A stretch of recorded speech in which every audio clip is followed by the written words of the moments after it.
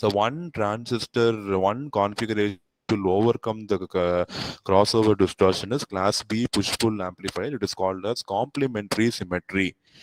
So for the first type, whatever we have seen is a simple class B push-pull amplifier. We are just making one modification. It is called as complementary symmetry. In the previous case, I used two NPN transistors. Now I am going to use one NPN and one PNP transistor. Complementary means the transistors are completely opposite in their characteristics. Symmetry means the transistors are similar. The circuit is symmetric, but the transistors are complementary. So I use one PNP and one NPN transistor for this configuration. It is called as complementary symmetry class B push-pull amplifier. So I'm going to use common emitter configuration only. So I'm going to use a transformer for impedance matching. So I'm going to have the circuit diagram for complementary symmetry push-pull amplifier.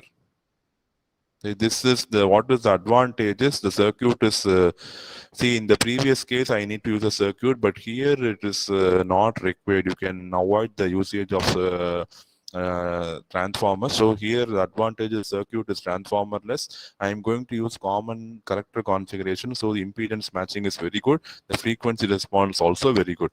Drawback, it needs to have two separate voltage supply, because NPN will work with positive voltage supply, PNP will work with negative voltage supply. So you need to have two separate voltage supplies for your transistor, and the output will have some amount of crossover distortion. If you use transformer, the circuit will become bulky. Okay, otherwise this circuit is going to perform well. So see the circuit diagram, it is very simple. I am going to have one PNP and one NPN. See the emitter arrow mark will indicate whether it is NPN or PNP. For NPN, the arrow mark will be outward. For PNP, it will be inward. And I am coupling both the emitters.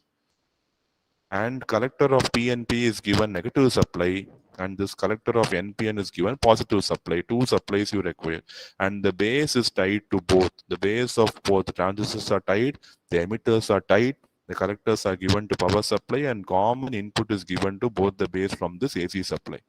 And I measure output across the load resistance RL.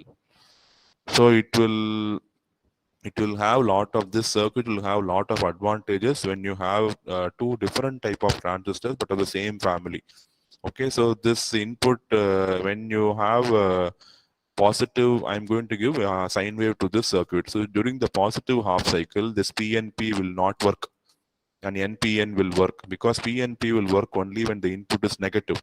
So when you consider the positive half cycle, both the transistors are given positive half cycle. PNP will not even react, but NPN will take up this positive half cycle and it will amplify and produce the RL, amplified voltage across the load resistance RL.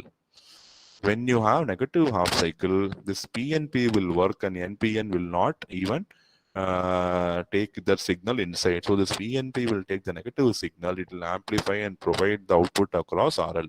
In this way, I can say that each transistor is going to work only for 50% of the time. So it is going to be coming under the category class B push-pull amplifier. So when one transistor is on, the other transistor will be off. So that is ensured by using different family of transistors. One is going to be NPN, other one is going to be PNP.